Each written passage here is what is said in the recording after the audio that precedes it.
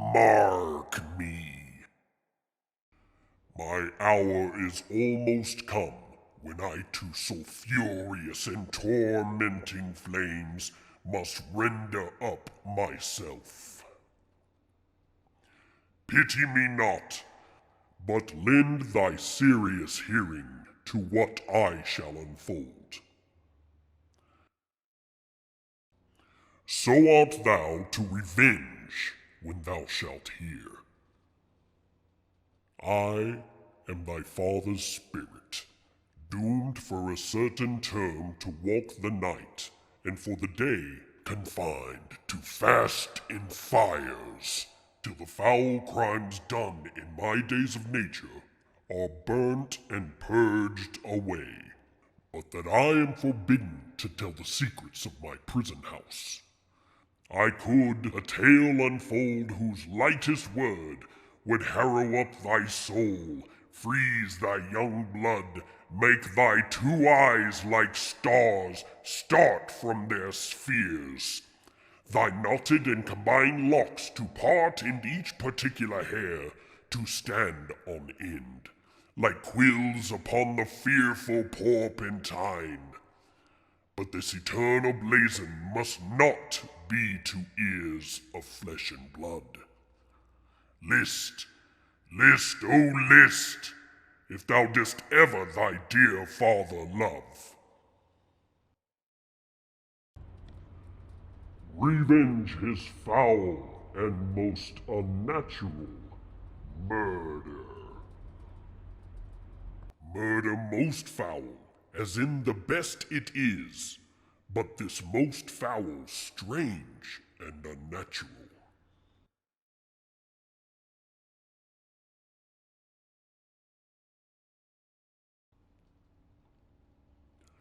I find thee apt, and duller shouldst thou be than the fat weed that roots itself in the ease on Lethe Wharf.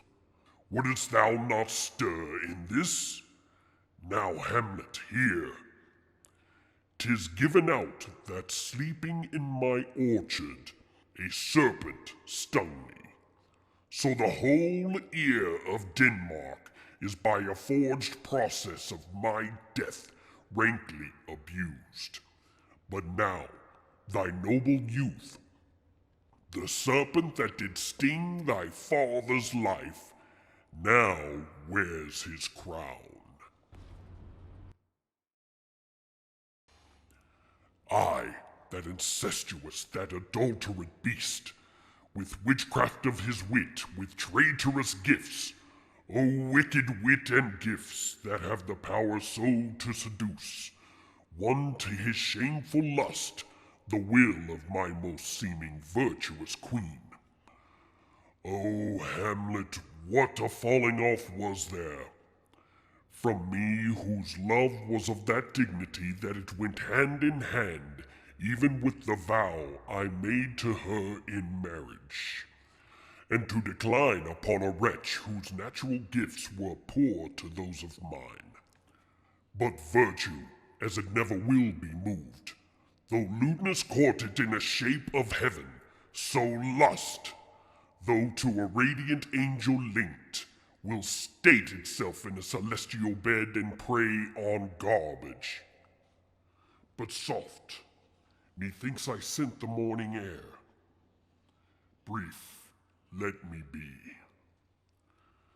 Sleeping within my orchard, my custom always of the afternoon, upon my secure hour thy uncle stole, with juice of cursed Hebanon in a vial, and on the porches of my ears did pour the leprous distilment, whose effect holds such an enmity with blood of man, that swift as quicksilver it courses through the natural gates and alleys of the body, and with a sudden vigor doth posset and curd, like eager droppings into milk, the thin and wholesome blood. So did it mine. And a most instant terror barked about, most laser-like with vile and loathsome crust all my smooth body. Thus was I sleeping by a brother's hand of life, of crown, of queen at once dispatched, cut off even in the blossoms of my sin, unhouseled, disappointed, unanelled, no reckoning made, but sent to my account with all my imperfections on my head. Oh, horrible, most horrible! If thou hast nature in thee, bear it not. Let not the royal bed of Denmark be a couch for luxury and damned incest. But howsoever thou pursuest this act, taint not thy mind. Not let thy soul contrive against thy mother aught. Leave her to heaven, and to those thorns that in her bosom lodge to prick and sting her. Fare thee well at once. The glowworm shows the matin to be near, and gins to pale his ineffectual fire. Adieu, adieu, adieu. Remember me.